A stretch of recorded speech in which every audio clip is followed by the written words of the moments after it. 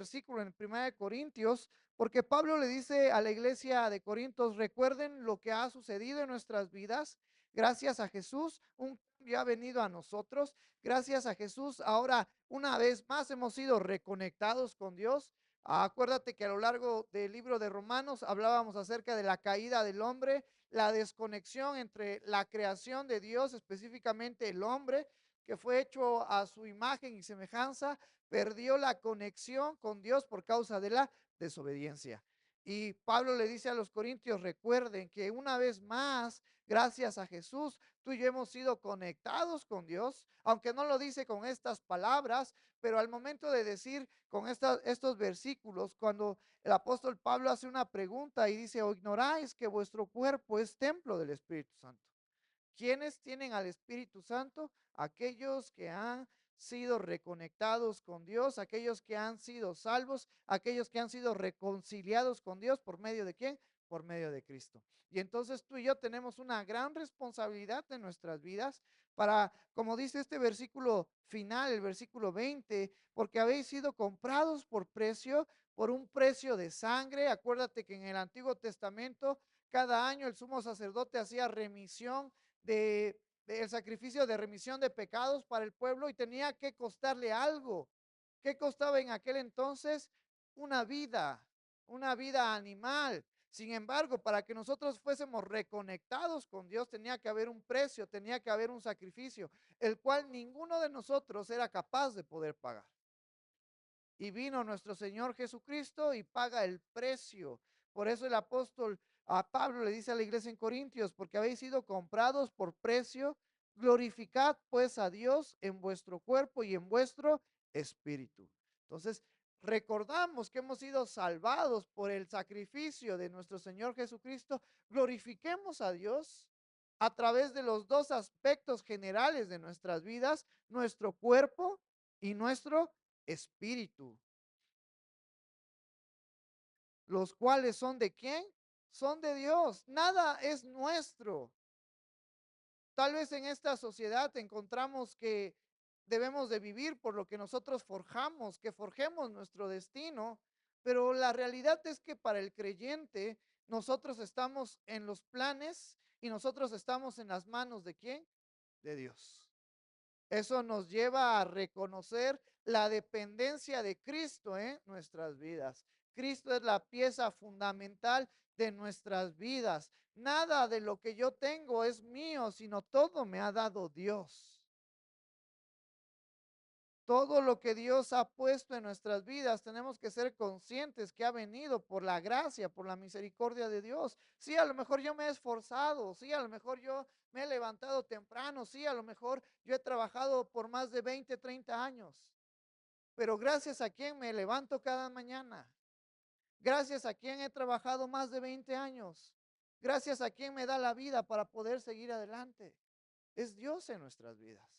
Y esto es algo que tiene que estar presente en nuestras vidas, que nosotros pertenecemos completamente a Dios. Pertenecemos completamente a Cristo. Y te llevo a este versículo porque en esta semana que inicia la Semana Santa, que recordamos los aspectos, los últimos días de Jesús viviendo en esta tierra antes de su crucifixión, y hoy es conocido el Domingo de Ramos, y vamos a ver cómo Cristo entra por Jerusalén, por las ciudades, y vemos cómo es alabado, es glorificado.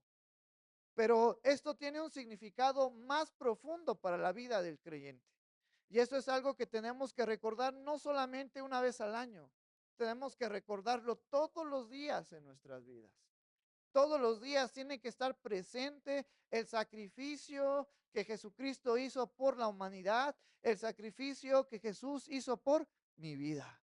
Y eso me debe de dar ánimo para poder afrontar las circunstancias, las situaciones adversas que vienen en mi vida. Por eso el apóstol Pedro decía que ante las pruebas, ante las necesidades, tenemos que aprender a sufrirlas, tenemos que aprender a soportarlas. ¿Con qué? Con gozo, con alegría. Porque ¿qué es más grande? ¿Qué es más fuerte? Nuestro problema, nuestra necesidad. ¿Qué tiene más peso en nuestras vidas? El problema, la necesidad o saber que ahora nuestras vidas están guardadas en Cristo. Y saber que nuestras vidas están a salvo con Cristo y saber que nuestras vidas están guardadas ahora en Cristo nos da ánimo para poder afrontar los problemas con alegría, con gozo, como lo hacían los hermanos en el Antiguo Testamento, como lo hacían los hermanos en el inicio de la iglesia. La primera etapa del levantamiento de la iglesia cristiana en el Nuevo Testamento no fue fácil, fue dura. Nosotros estamos viviendo de una manera privilegiada a comparación de los hermanos que dieron su vida por el Evangelio. De ese hermano que se nos habla en Hechos, Esteban, que fue apedreado. De los apóstoles que murieron por causa de Cristo. De los siguientes mártires cristianos que se levantaron en nombre de Cristo y continuaron esparciendo el Evangelio. Entonces debemos de estar agradecidos también por el tiempo en el que estamos viviendo. Un tiempo en el que las cosas en algunas partes de la zona del mundo, particularmente en la ciudad de Oaxaca, son no tan difíciles de poder llevar. Gracias a Dios podemos abrir las puertas de la iglesia, gracias a Dios podemos hacer actividades y el gobierno no nos dice nada. Tenemos que ser agradecidos y aprovechar esas oportunidades que tenemos. Hay lugares, y no me voy tan lejos, en los pueblos de nuestro estado de Oaxaca, donde está prohibido el evangelio. Y nosotros tenemos que tomar ánimo y seguir adelante, llevando en alto el nombre de Cristo con nuestro cuerpo y con nuestro espíritu. Como el apóstol Pablo le dice a la iglesia de Corintios, glorifiquen a Dios en cuerpo y en espíritu. Y ahora sí te voy a invitar que vayamos al libro de Mateo, capítulo 21.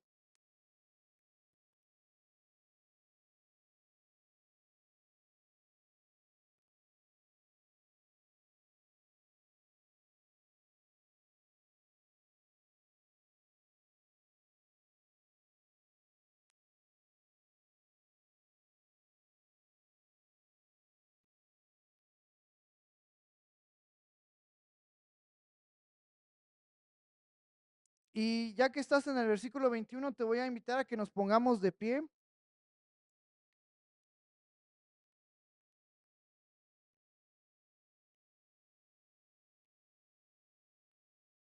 y vamos a leer del versículo 1 al versículo 5 todos juntos. Dice la palabra del Señor. Cuando se acercaron a Jerusalén y vinieron a Betfage, al monte de los olivos, Jesús envió dos discípulos diciéndoles, id a la aldea que está enfrente de vosotros, y luego hallaréis una asna atada y un pollino con ella, desatadla y traédmelos. Y si alguien os dijere algo, decid, el Señor lo necesita, y luego los enviará. Todo esto aconteció para que se cumpliese lo dicho por el profeta cuando dijo, decid a la hija de Sión, he aquí tu rey viene a ti, manso y sentado sobre una asna, sobre un pollino, hijo de animal de carga. Puedes tomar tu lugar.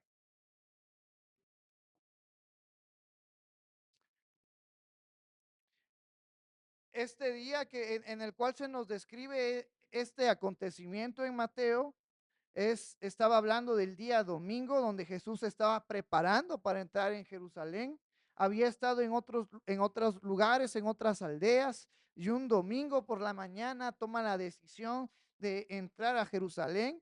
Y lo que representaba Jerusalén para el Antiguo Testamento, para el pueblo de Israel, Jerusalén era el centro conforme a la historia que tú y yo podemos encontrar en el Antiguo Testamento. Jerusalén era una ciudad importante para el pueblo de Israel, era la capital en aquel tiempo, en el Antiguo Testamento, donde los reyes estaban, era en Jerusalén, donde David se asentó. David fue conocido y es conocido por muchos como uno de los mejores reyes que tuvo el pueblo de Israel en el tiempo de esta forma de gobierno de reyes. Eh, David se asenta en Jerusalén y a partir de ahí Jerusalén se vuelve un punto importante. Jerusalén se vuelve la capital de la nación de Israel. A tal grado que cuando Israel se divide en dos, la tribu de Judá y de Benjamín y las demás tribus que forman parte de otro reino, las personas que seguían en estas 10 tribus que ya no pertenecían, que se había dividido, subían a Jerusalén a llevar sacrificios de ofrenda. Y es entonces cuando el rey le dice, no, no, no, no pueden subir las personas de las 10 tribus a Jerusalén, porque si no las voy a volver a perder. Hagamos nosotros santuarios, iglesias, para que ahí vengan a ofrecer su sacrificio. Y es ahí como Israel se corrompe y se pierde, y después la nación de Judá o de Judea permanece, aunque conforme a las historias en Crónicas, en Reyes, también en algún momento de la historia caen en pecado y viene la esclavitud de parte de Babilonia hacia estas dos naciones. Pero Jerusalén representaba un lugar importante físicamente para los judíos, porque cada año se reunían los judíos de diferentes lugares a Jerusalén para poder ofrecer sacrificios a Jehová en el templo de Jerusalén. Y Jesucristo, sabiendo la importancia espiritual que llega a representar Jerusalén, Él sube una semana a unos días antes de ser sacrificado, antes de dar su vida por nosotros. Y es ahí donde nosotros lo conocemos como el Domingo de Ramos. Jesucristo entrando por Jerusalén, trayendo ese simbolismo de que Él es rey, y los ciudadanos, los judíos, creyendo en Jesucristo como rey, como ese rey que iba a traer libertad, porque había una profecía para el pueblo de Israel, este pueblo de Israel que hoy estaba esclavizado, que estaba sujeto a la voluntad del imperio romano. Si tú y yo vamos a Zacarías capítulo 9, versículo 9,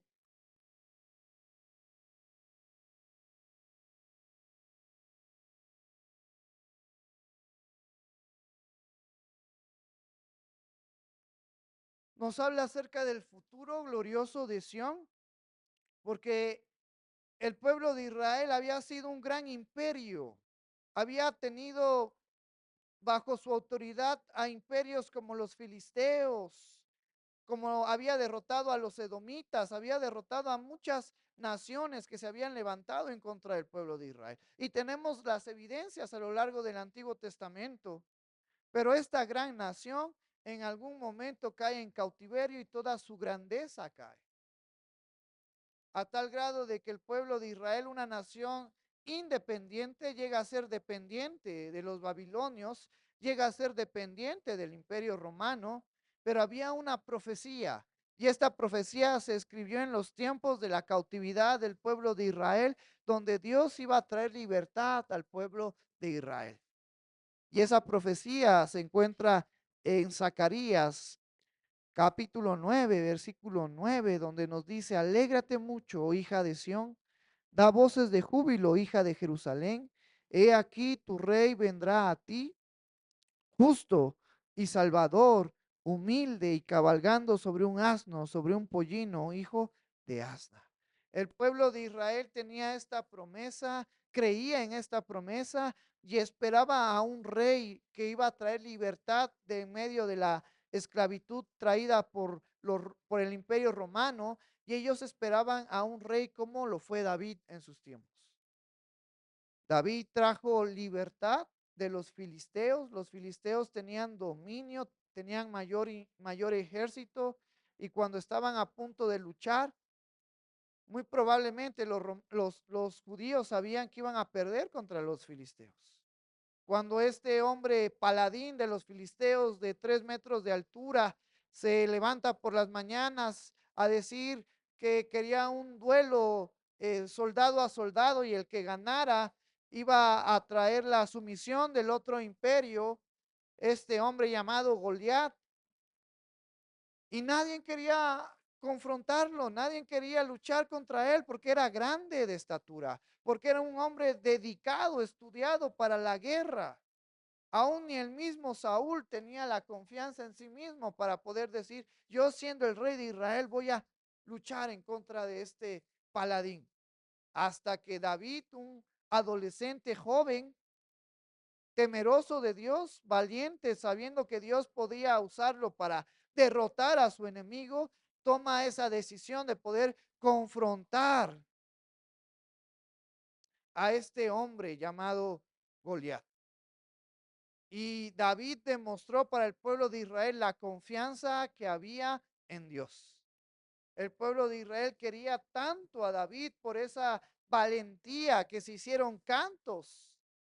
Esos cantos que en algún momento traían celos a Saúl cuando cantaban. Saúl mató a sus miles, mas David mató a sus 10,000. Y el pueblo de Israel, los judíos, en el tiempo de Jesús, conociendo la historia del rey David, querían un rey como David, un rey valiente, un rey temeroso de Dios, un rey valiente, dispuesto, fuerte, hábil para poder combatir al imperio romano, para poder hacerle frente al imperio romano. Eso era lo que esperaba el pueblo judío. Una libertad a corto plazo, una libertad física. Y ellos descansaban en esta profecía, en esta palabra que se les dio por medio de Zacarías. Y fíjate lo impresionante, la descripción que le da Zacarías al Mesías, al que iba a traer libertad al pueblo de Israel, al pueblo judío. Dice, alégrate mucho, hija de Sión. Da voces de júbilo, de alegría, de gozo, hija de Jerusalén. He aquí tu rey vendrá a ti, justo y salvador.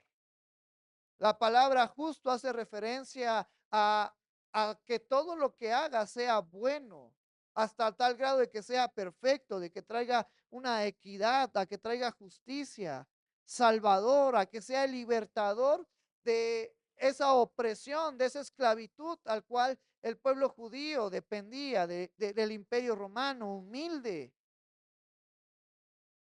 A lo largo de las historias en las escrituras encontramos la importancia de la humildad y cómo la humildad mueve el corazón de Dios.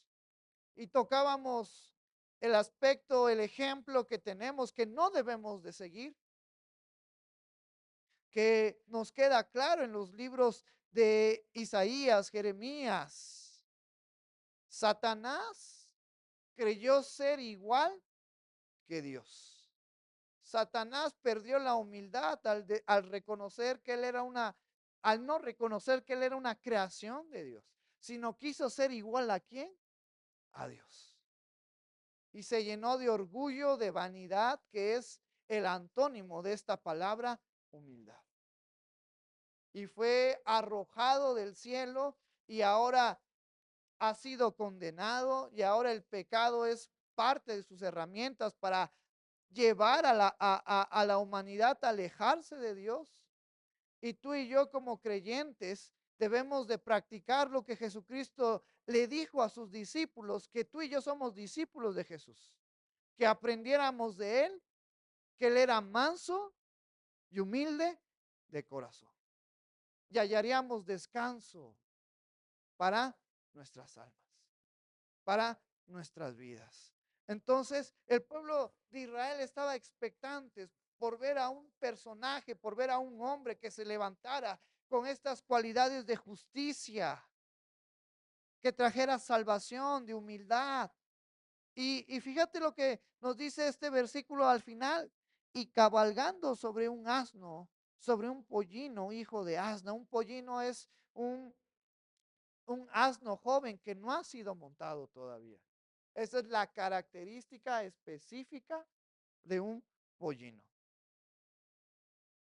Y esta característica reflejaba al ser una persona que iba a ser montado o que iba a montar un pollino, era una persona especial porque nadie había montado a este animalito, sino iba a ser la primera vez.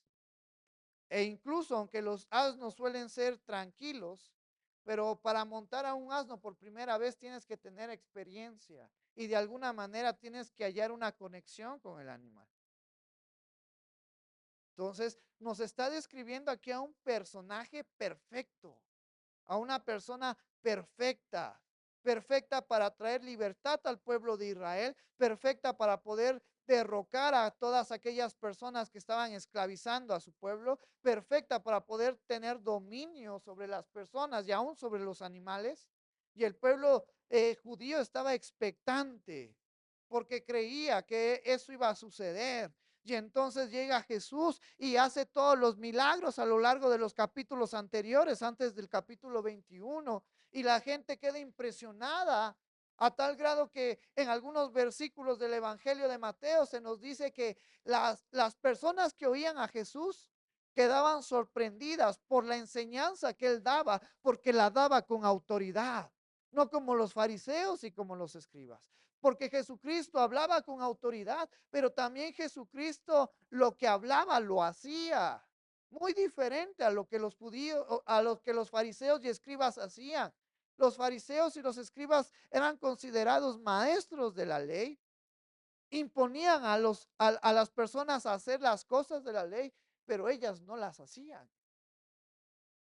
Y se me viene a la mente en este momento cuando el apóstol Pablo le dice a la iglesia en Corintios, glorifiquen a Dios en cuerpo y en espíritu. Tú y yo sabemos lo que tenemos que hacer. Seamos como nuestro Maestro, nuestro Señor Jesucristo, y practiquemos las enseñanzas que hemos aprendido. Cada uno de nosotros sabemos lo que tenemos que hacer. Y en esta hermosa tarde ya estoy aquí para recordarte, para invitarte a que no seamos como los fariseos, a que no seamos como los escribas, conocedores de la palabra, pero a la hora de hacerlo no lo hacemos. Imponemos cargas a otros a que lo hagan, pero tú y yo no lo hacemos, sino seamos como Jesús. Así como esas enseñanzas eran con autoridad, así como esas oraciones eran con poder, así como esas actitudes eran conforme a lo establecido en la palabra, tú y yo hagámoslo, vivamos la palabra de Dios en nuestras vidas. Y esa es una manera de poder glorificar a Dios con nuestro espíritu, pero también con nuestro cuerpo. Practiquemos, vivamos las enseñanzas que encontramos en la palabra de Dios, reflejemos, repliquemos las actitudes, las acciones que Jesucristo hizo para con aquellos que estaban alrededor de él. Y vas a ver que vamos a hacer de bendición para las personas, porque hay muchas personas necesitadas, hay muchas personas que necesitan de amor, que necesitan de una palabra de ánimo, que necesitan de esperanza, que necesitan de paz en sus vidas. Y Dios nos ha dado la capacidad de que el fruto del Espíritu Santo pueda reflejarse en nosotros. Ese fruto que nos habla en Corintios, que es amor, gozo, paz, paciencia, bondad, benignidad, fe, mansedumbre, templanza, está en nosotros. Reflejemos el amor de Cristo en nuestras vidas a través de este fruto, para poder llevar en alto el nombre de nuestro Señor Jesucristo. Y entonces el pueblo de Israel buscaba a ese personaje que se les había hablado en Zacarías, a ese autor de la libertad. Y nos dice en el versículo 1 del capítulo 21 de Mateo, cuando se acercaron a Jerusalén y vinieron a Betfagé, al monte de los olivos, Jesús envió dos discípulos, diciéndoles, id a la aldea que está enfrente de vosotros, y luego hallaréis una asna atada y un pollino con ella, desatadla y traédmelo. Vamos a ver qué nos dice en Marcos. Te voy a invitar a que vayas conmigo a Marcos capítulo 11. Vamos a usar el Evangelio de Marcos para estudiar este acontecimiento de manera paralela con Marcos y Mateo. Y te voy a invitar a que nos pongamos de pie.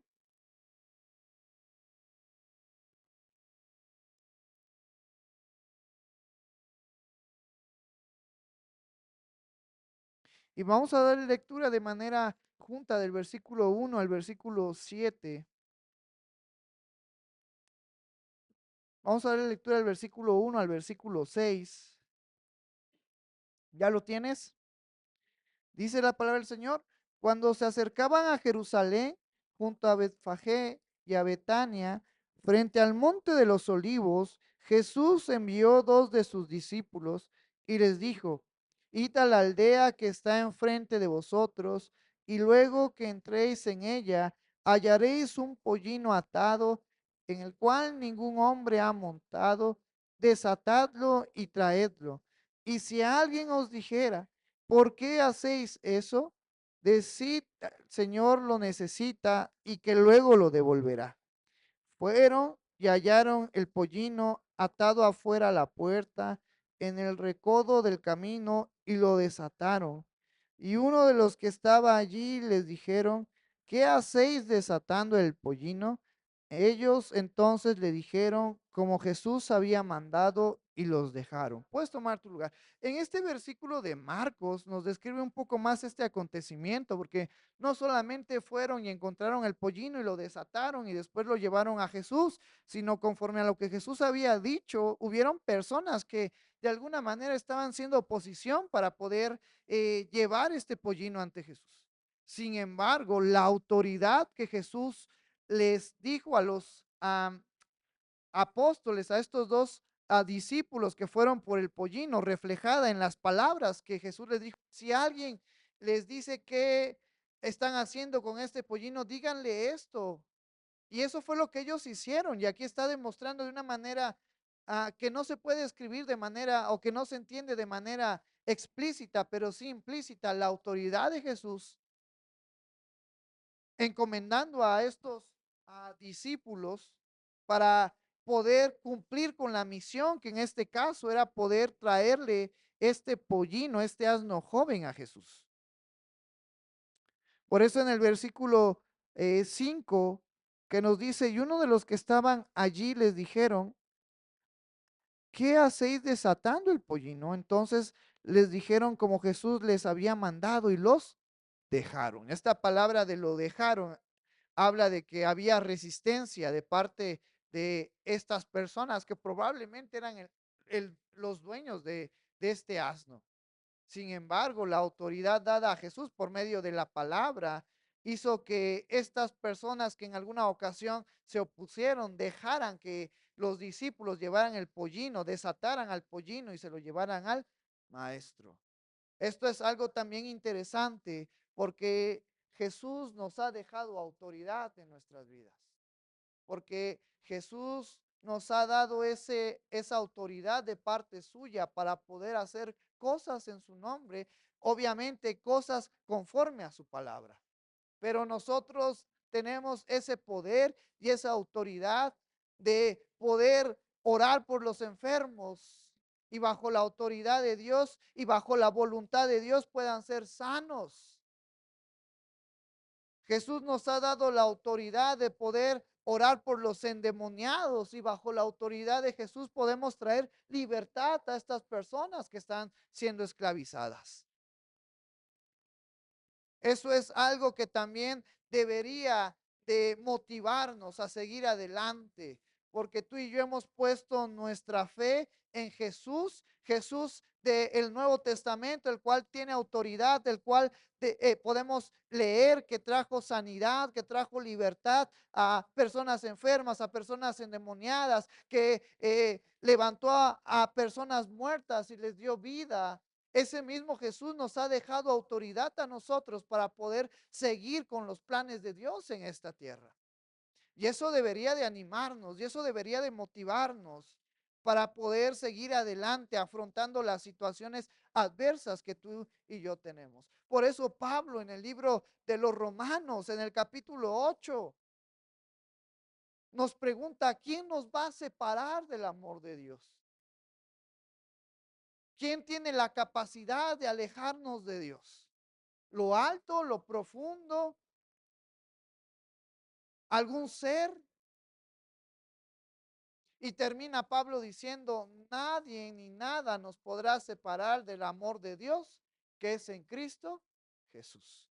Porque estamos tú y yo bajo la autoridad de Cristo en nuestras vidas. Así como los discípulos cuando fueron por el pollino iban bajo la autoridad de Jesús y pudieron cumplir con la meta, con el propósito de la circunstancia por la cual Jesús los envía.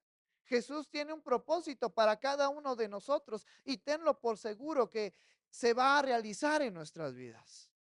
Pero tenemos que ser obedientes, como estos dos discípulos obedecieron al mandato que Jesús les hizo. Fueron por los pollinos. Tú y yo tenemos que aprender a ser obedientes. Y a lo mejor esta es una enseñanza muy diferente a lo que cotidianamente se hace cuando hablamos del Domingo de Ramos y explicamos Jesús pasando por la ciudad y todo el pueblo dándole o lanzándole sus mantos y las palmas en señal de reverencia, porque desde versículos anteriores tú y yo como creyentes podemos entender la importancia que ya representaba Jesucristo en nuestras vidas, ahora ya como creyentes. Si tú y yo estudiamos versículos por versículos, encontramos un simbolismo para nosotros como creyentes.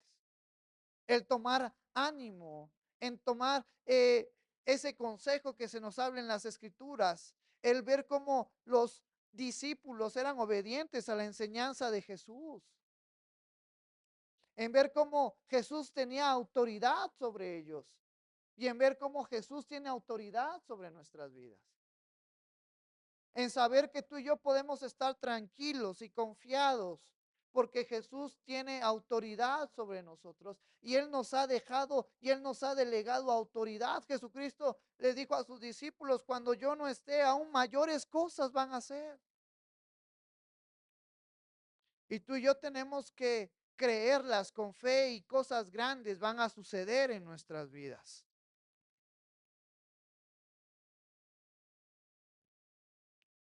Y nos dice los siguientes versículos en Marcos, el versículo 7 del capítulo 11, y dice, y trajeron el pollino a Jesús y echaron sobre él sus mantos y se sentó sobre él.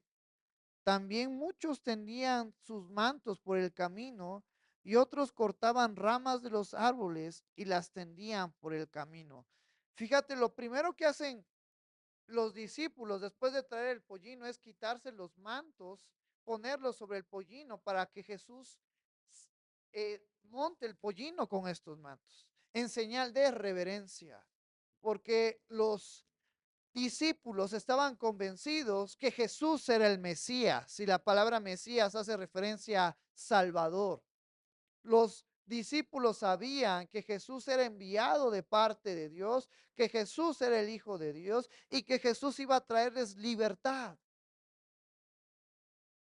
Posterior a estos versículos, los discípulos comprenden que la libertad a la cual venía Jesús era más allá de la física. Era esa libertad espiritual a la que hace referencia a ser reconectados una vez más con Dios.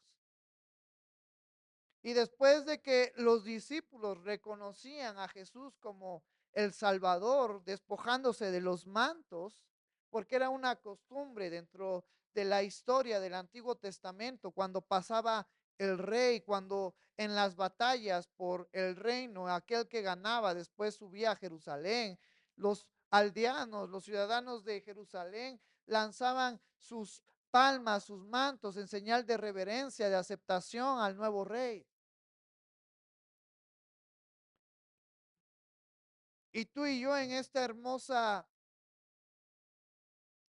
tarde estamos aquí para recordar que nosotros nos hemos despojado de nuestros mantos para reconocer a Jesús como nuestro Señor y Salvador.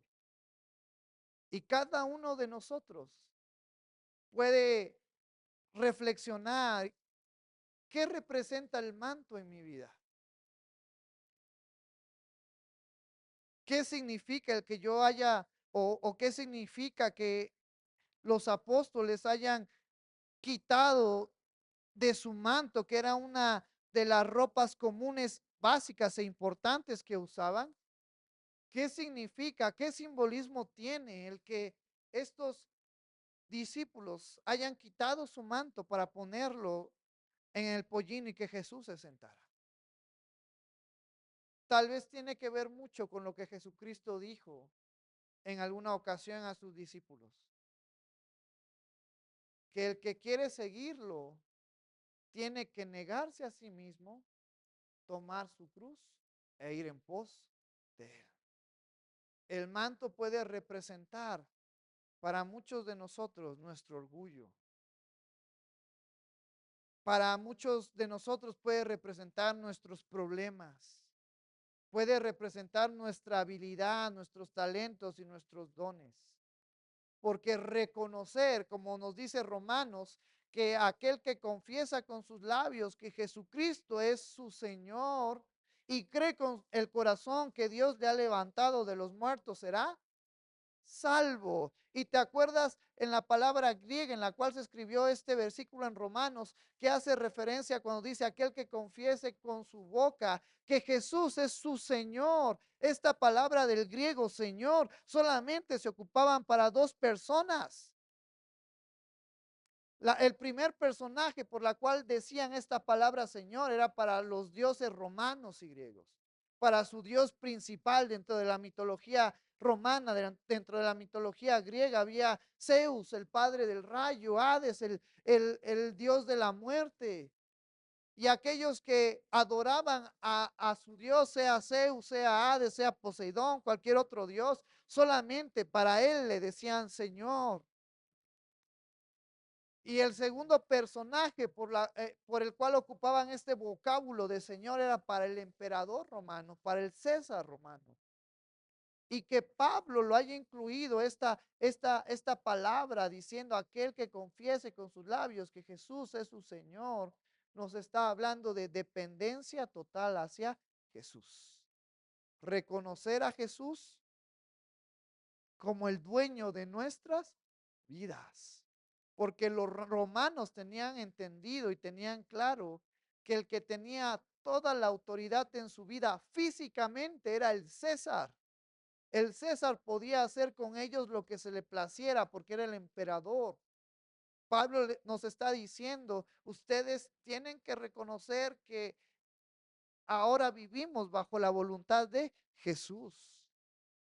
Lo que representaba la palabra Señor para los romanos, ya no hablando humanamente, sino ahora hablando espiritualmente. Su Dios era el que le iba a dar conexión a un lugar mejor. Era el que tenían confianza en que ese Dios les iba a poder llevar a un lugar después de la muerte. Pablo le está diciendo a la iglesia en Corintios, recuerden que este mismo Jesús, que es el dueño de nuestras vidas físicas, también es el dueño de nuestras vidas después de la muerte y Jesús tiene un lugar para nosotros. Por eso Jesús, unos días antes de poder dar su vida en sacrificio por nosotros, le dice a sus discípulos, me tengo que ir a preparar morada para vosotros. Y entonces eso es lo que representa el despojarnos nuestros, de nosotros mismos, de nuestros mantos. El reconocer que Jesús es el dueño de mi vida en esta vida y es el dueño de mi vida en la vida siguiente. Que Él tiene el control de mi vida.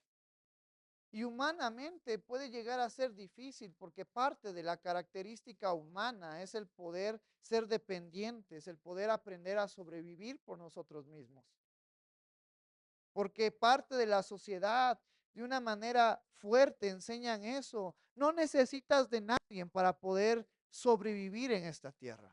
No necesitas de nadie para poder ser una persona importante, para poder ser una persona que pueda vivir de una manera agradable en esta tierra.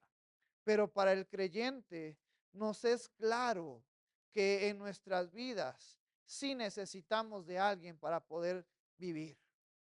Y esa persona en nuestras vidas es Cristo. En nuestras vidas es Cristo. Tanto en esta vida física es necesaria el conocimiento y la dirección de Jesús en nuestras vidas, para poder salir adelante en medio de todos los problemas y de todas las necesidades que puedan haber. Entonces nos dice en Marcos cómo los discípulos se despojaron de sus mantos y después las personas cortan ramas de los árboles y las tendían por el camino. Y vamos a ver qué nos dice Mateo. Volvemos al capítulo de Mateo, capítulo 21.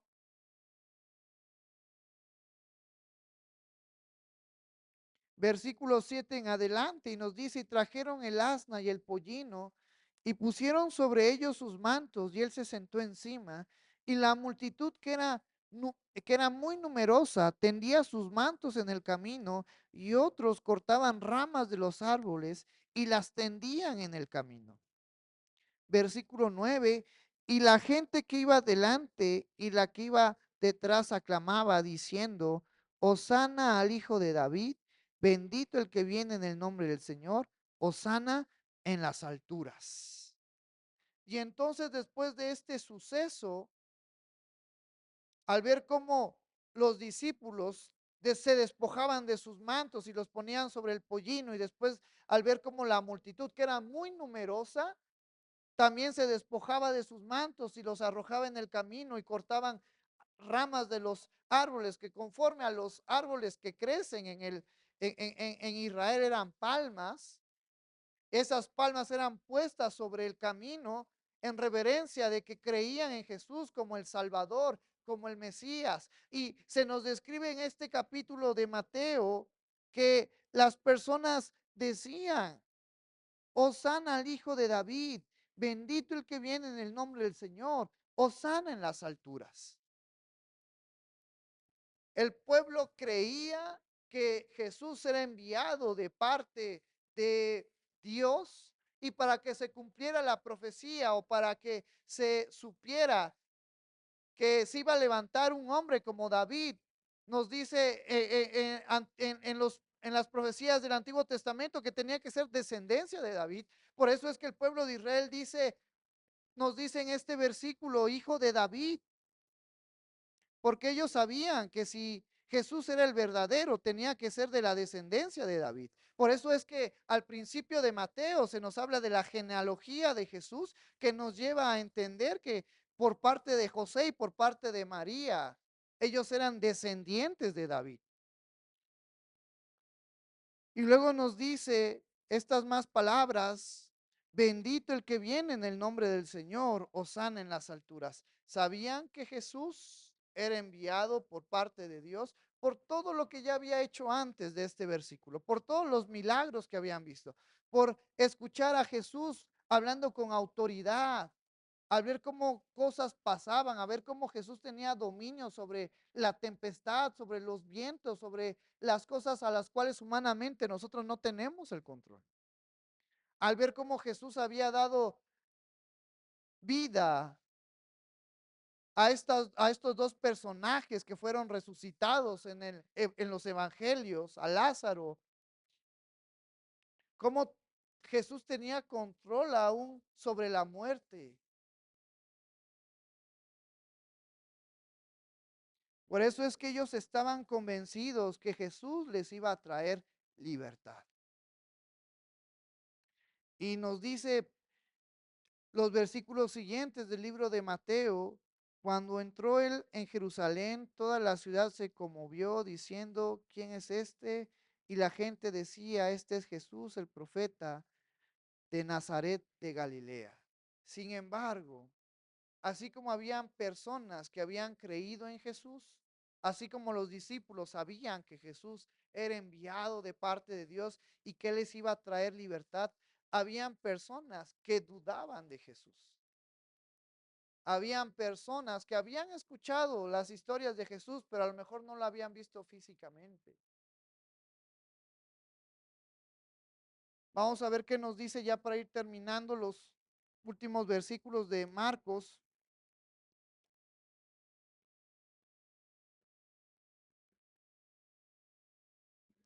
Versículos 9, 10 y 11 del capítulo 11 de Marcos. Y los que iban delante y los que venían detrás daban voces diciendo, Hosana, bendito el que viene en el nombre del Señor, bendito el reino de nuestro padre David que viene, Hosana en las alturas. Y entró Jesús en Jerusalén y en el templo, y habiendo mirado alrededor todas las cosas, como ya anochecía, se fue a Betania con los 12. Entonces había una multitud que estaba gozosa, que creía en Jesús, había otra multitud que no sabía qué hacer, si sí o si no. Pero había otra multitud que al ver a Jesús entrando de una manera triunfal, tenía celos y decía, ¿cómo puede suceder esto? Hablando de los fariseos y de los escribas que se nos menciona en otro evangelio. Pero al punto que yo quiero que en esta hermosa tarde recordemos es que tú y yo tenemos una gran responsabilidad ante la acción que Jesús hizo en nuestras vidas. Ante la acción que Jesús hizo, que marcó la historia en nuestras vidas. El que tú y yo antes estábamos perdidos y Jesús entró en nuestras vidas triunfante, trayéndonos libertad, trayéndonos salvación. Este simbolismo de Jesús entrando por Jerusalén como una descripción, como se hacía en la entrada de los reyes en el Antiguo Testamento, Jesús entrando por los caminos de Jerusalén rumbo a la iglesia y viendo cómo, o rumbo al templo y viendo cómo los judíos cantaban, Hosana, Hosana, el rey que viene pronto, el enviado de Dios, el hijo de David, aquel que va a traer libertad a nuestras vidas. Esta representación que Jesús hizo en aquel tiempo representa en nuestras vidas, representa la entrada triunfal de Jesús en nuestros corazones, en nuestras vidas, en nuestras mentes. Pero eso conlleva a que tú y yo seamos conscientes de la responsabilidad de reconocer a Jesús como nuestro Rey, a reconocer a Jesús como nuestro Señor y la responsabilidad que tú y yo tenemos para exaltar, para glorificar a Cristo en nuestras vidas. No solamente se trata de decirle, gracias Señor, porque enviaste a Jesús a mi vida y Jesús entró triunfante en mi vida y ahora tengo salvación. También se trata de decir, Señor, voy a esforzarme por glorificar tu nombre con mi cuerpo y con mi espíritu. Por lo que tú hiciste, por lo que Jesús hizo y está haciendo en mi vida.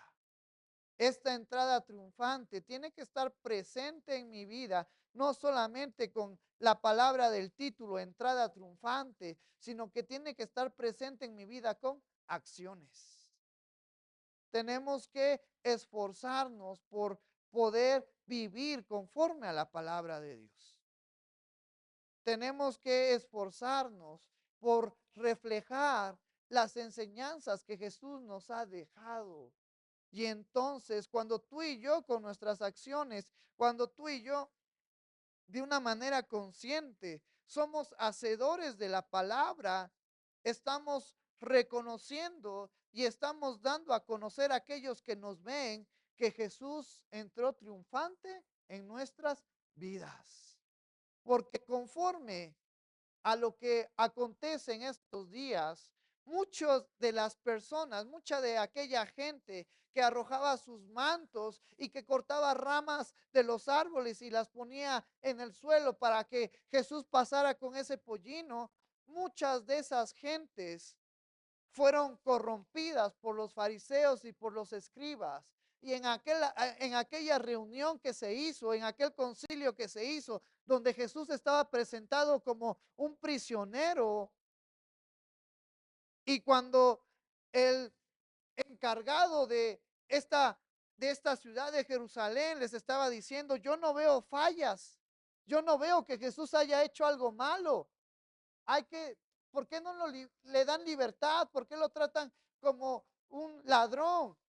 Y mucha de esa gente que días anteriores estaba diciendo, sana al hijo de David, al rey que viene pronto, muchas de esas personas estaban diciendo, crucifíquenle, crucifíquenle, que su sangre sea sobre nosotros y sobre nuestros hijos. Pero le damos gracias a Dios porque tú y yo hemos sido rescatados.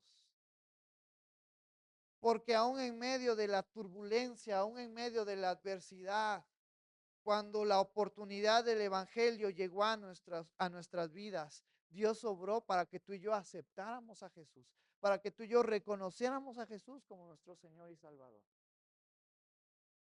Y no hay oportunidad en nuestras vidas para que tú y yo seamos como aquellas personas que en la entrada triunfal de Jesús sobre Jerusalén decían, oh, qué bendito sea él, hosana al rey que viene pronto. Y al ver que Jesús no traía un cambio físico a sus vidas, al ver que Jesús no les trajo libertad en esos días bajo bajo el dominio del pueblo o del imperio romano, al ver que Jesús no se levantaba en armas, entonces decían, creo que ese no es nuestro Mesías.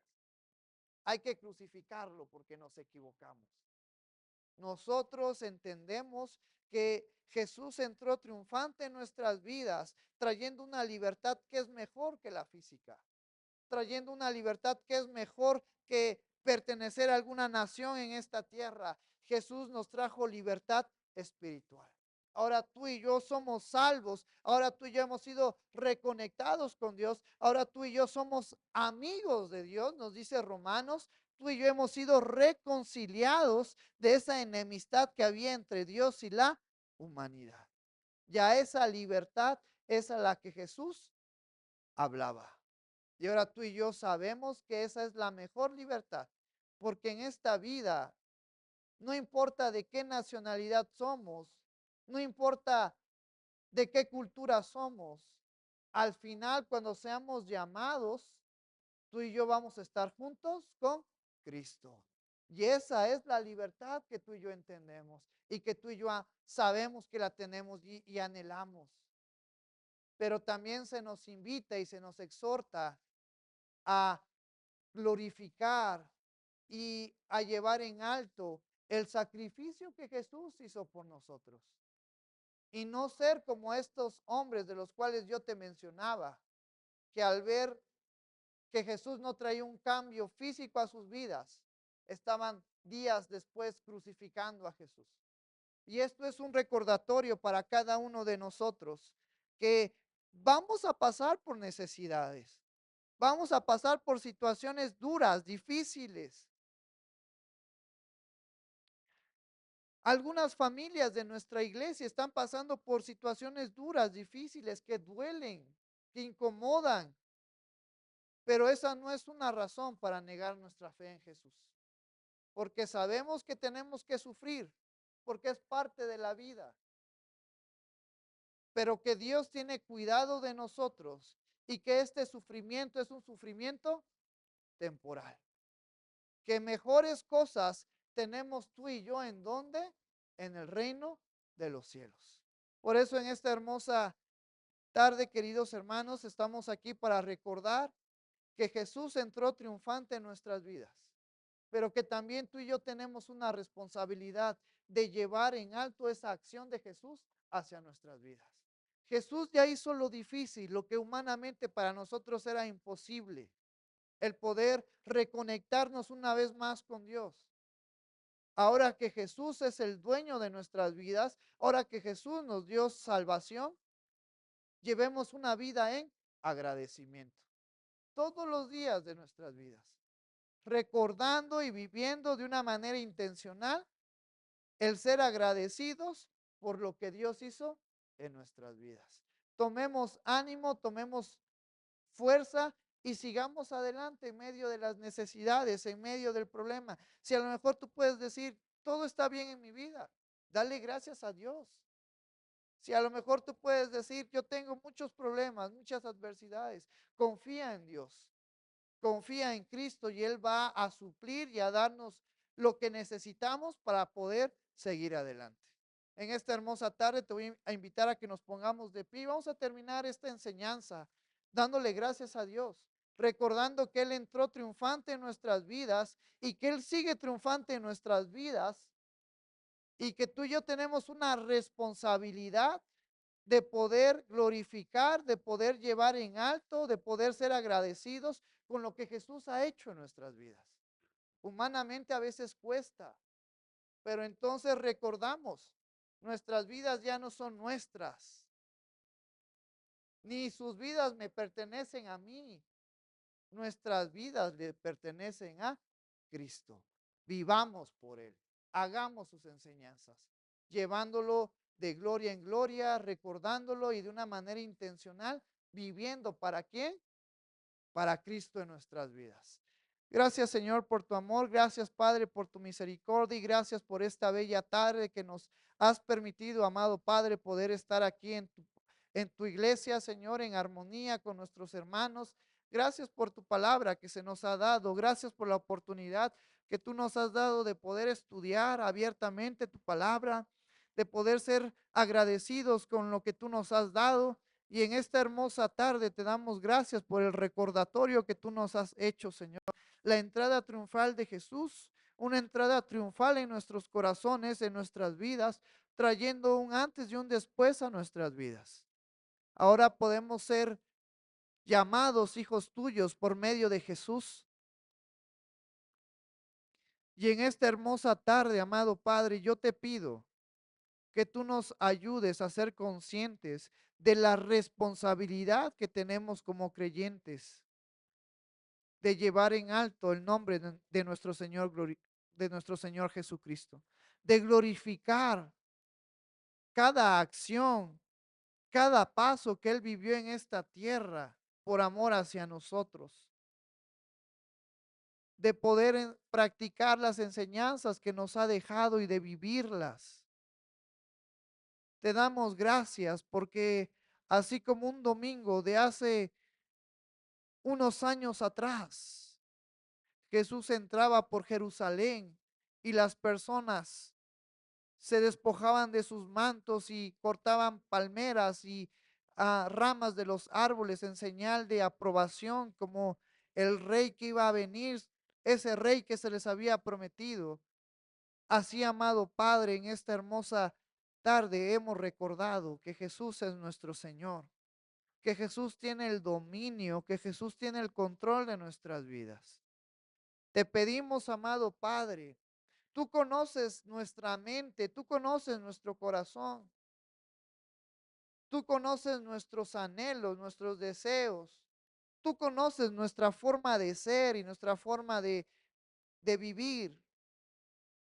Y en esta hermosa tarde queremos pedirte, Señor, que nos sigas ayudando a sujetarnos a la mente de Cristo, que nos sigas ayudando a sujetarnos a tu voluntad, Señor.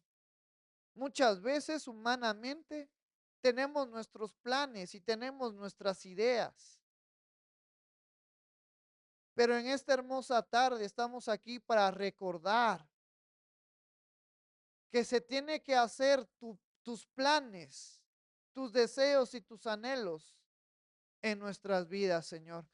En esta hermosa tarde te pedimos, Señor, que nos ayudes a sujetarnos a tu voluntad, que tú seas el que guíe nuestra mente, el que guíe nuestro corazón, el que siga guiando esta iglesia, a sus líderes y a los miembros de la iglesia, Señor.